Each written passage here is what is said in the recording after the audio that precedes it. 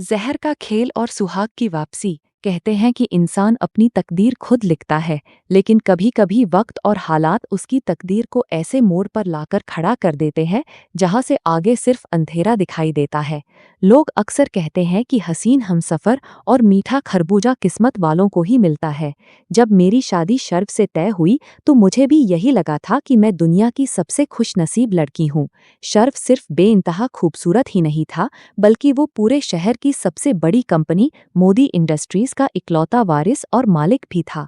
हमारी शादी किसी फिल्मी दास्तान जैसी थी। शहर के सबसे बड़े होटल में आलीशान मंडप सजा था। हजारों मेहमान थे और चारों तरफ सिर्फ हमारी जोड़ी के चर्चे थे। उस रात हर कोई मेरी किस्मत से रश्क कर रहा था, लेकिन मुझे जरा भी अंदाजा नहीं था कि जिस मंडप को मैं अपनी खुशियों का महल समझ रही थी, वो असल में मेरी जिंदगी की सबसे बड़ी तबाही की शुरुआत था। हमारी इस बेपनाह खुशी को किसी अपनों की ही काली और जहरीली नजर लग चुकी थी। शादी की रस्में इतनी लंबी थीं कि रात ढल चुकी थी और सुबह की पहली किरण फूटने वाली थी। जब शर्फ पहली बार शेरवानी पहने दूल्हे के लिबास में मेरे कमरे में दाखिल हुआ तो मैंने उसकी चाल में एक अजीब सी लड़खड़ाहट महसूस की। उसकी आंखें लाल थीं और वो बार बार खांसते हुए अपने पेट को जोर से दबा रहा था। मुझे लगा कि शायद दिन भर की थकान, भागदौड़ और भारी मिठाइयाँ खाने की वजह से उसकी तबीयत थोड़ी नासाज है।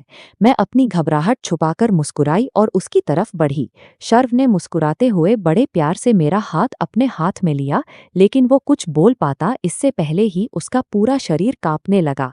अचानक उसके मुंह से खून की उल्टी हुई और वो एक झटके में फर्श पर गिर पड़ा। कमरे का खुशनुमा माहौल पल भर में चीख पुकार में बदल गया। पूरे घर में कोहराम मच गया। घरवाले और गार्ड्स तुरंत उसे उठाकर अस्पताल की तरफ भागे। मुझे भारी लहंगे और गहनों के साथ उसी कमरे में छोड़ दिया गया। अगली सुबह तक मेरे हाथों की रची सुहाग की मेहंदी का रंग भी ठीक से नहीं उतरा था कि डॉक्टरों ने आकर वो खौफनाक खबर दी जिसने मेरी रूह कंपा दी। शर्फ अब इस दुनिया में नहीं रहा था। डॉक्टरों की रिपोर्ट में साफ लिखा था कि उसे किसी ने खाने में बेहद खतरनाक और धीमा जहर मिलाकर दिया था। शर्फ की मौत की खबर फैलते ही पूरी दुनिया ही बदल गई। कल तक जो ससुराल वाले मुझे पलकों पर बिठाकर अपनी पलकों का तारा बना रहे थे, वही अब मुझे डायन, मनहूस और कातिल कहकर पुकारने लगे। शर्फ की सौतेली माँ और उसके भाइयों ने तुरंत पुलिस में मेरे खिलाफ झूठी शिकायत दर्ज करा दी। उन्होंने इल्जाम लगाया कि मैं शुरू से ही इस खानदान की बेइंतहा दौलत हड़पना चाहती थी और मैंने अपने किसी पुराने आशिक के साथ मिलकर शादी की पहली ही रात शर्फ को रास्ते से हटा दिया। पुलिस ने बिना किसी गहरी तफ्तीश के मुझे गिरफ्तार कर लिया। मैं रोती रही, चीखती रही, अपनी बेगुनाही की कस्में खाती रही, लेकिन उस अमीर और रसूखदार परिवार के सामने मेरी बेबस आवाज़ किसी ने नहीं सुनी।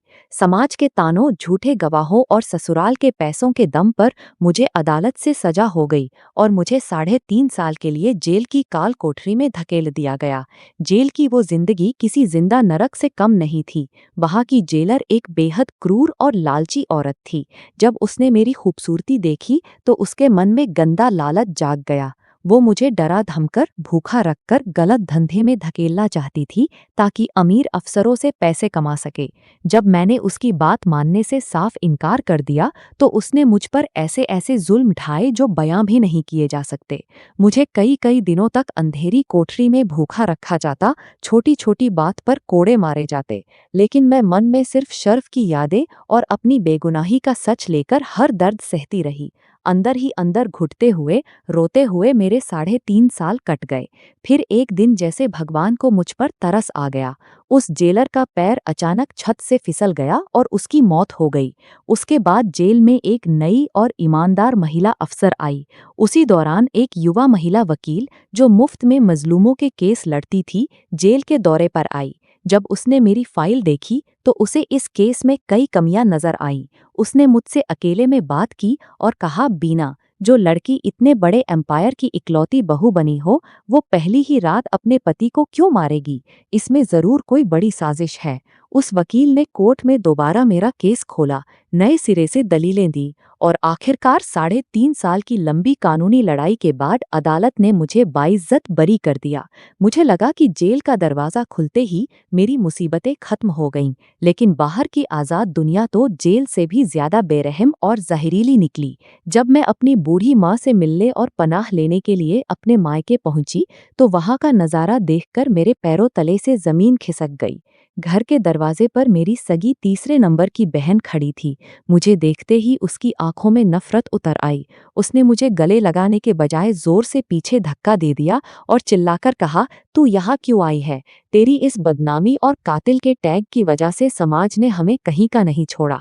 हमारी माँ लोगों के ताने सुन सुनकर अंदर ही अंदर घुटकर मर गई। तेरे इस पाप की परछाई मुझ पर ऐसी पड़ी कि मेरे पति ने मुझे हमेशा के लिए तलाक दे दिया। अब माँ मरते मरते ये घर मेरे और मेरे बच्चों के नाम कर गई है। यहाँ किसी कातिल और बदचलन औरत के लिए 1 इंच भी जगह नहीं है। चली जा यहाँ से। अपनी सगी बहन के मुंह से ये कड़वे शब्द सुनकर मेरा दिल पूरी तरह टूट गया। मुझे पड़ोस की एक हमदर्द आंटी ने बताया कि मेरी बहन असल में इस घर के लालच में किसी और अधेड़ उम्र के अमीर आदमी से शादी कर रही है और वो अपनी नई जिंदगी में मेरा साया भी नहीं चाहती।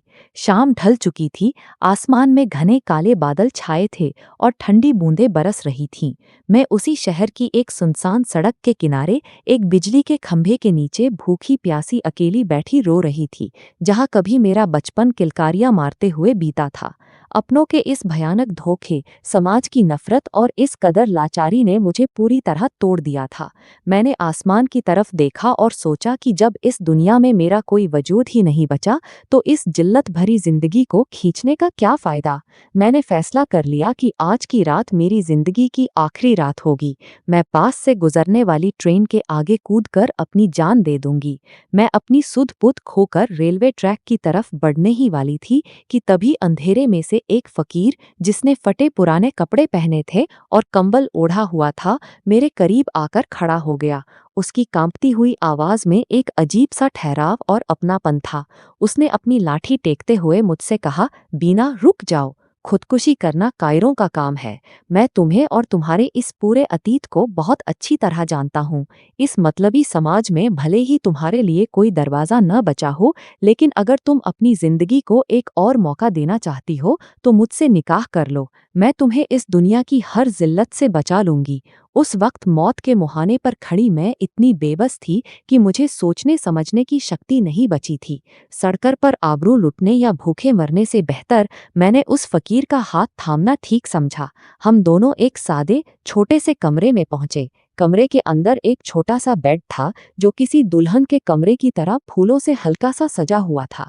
उस फकीर ने मुझसे कहा, तुम यहाँ बैठो और खुद को संभालो। अलमारी में तुम्हारे लिए साफ कपड़े रखे हैं, तुम तैयार हो जाओ। तुम जैसी भी हो, जिस हाल में भी हो, आज से मेरी दुल्हन हो। मैं जरा मुंह हाथ धोकर आता हूँ। मैं घूंघट काढ़े बेड के कोने पर बैठी अपनी फूटी किस्मत पर रो रही थी और सोच रही थी कि एक अमीर घराने की बहू आज एक भीख मांगने वाले फकीर की पत्नी बन गई। तभी कमरे का दरवाज़ा खुला और वो शख्स अंदर दाखिल हुआ। जैसे ही उसने अपने चेहरे से वो नकली दाढ़ी, विग और फटे पुराने कपड़े हटाए, सामने का नज़ारा देखकर मेरी रूह कांप उठी। मेरी आंखें फटी की फटी रह गई। वो कोई फकीर या अजनबी नहीं था, वो हूबहू मेरे स्वर्गीय पति शर्व जैसा दिख रहा था। मुझे लगा कि मैं कोई डरावना ख्वाब देख रही हूँ या शर्व का भूत मेरे सामने आ गया है। डर और सदमे के मारे मेरा सिर चकराने लगा और मैं बेहोश होकर फर्श पर गिरने लगी, लेकिन शर्व ने फुर्ती से आगे बढ़कर मुझे अपनी मजबूत बाहों में थाम लिया। जब काफी देर बाद मुझे होश आया तो मैंने खुद को बेड पर पाया। शर्व मेरे सिरहाने बैठा था और उसकी आंखों से लगातार आंसू बह रहे थे। उसने मेरे ठंडे पड़ चुके हाथों को चूमते हुए रुआ से स्वर में कहा, बीना, मुझे माफ कर देना। मेरी वजह से तुम्हें 3.5 साल तक उस नरक जैसी जेल में बेगुनाह होते हुए भी तड़पना पड़ा। मैं कोई भूत नहीं हूँ, मैं जिंदा हूँ।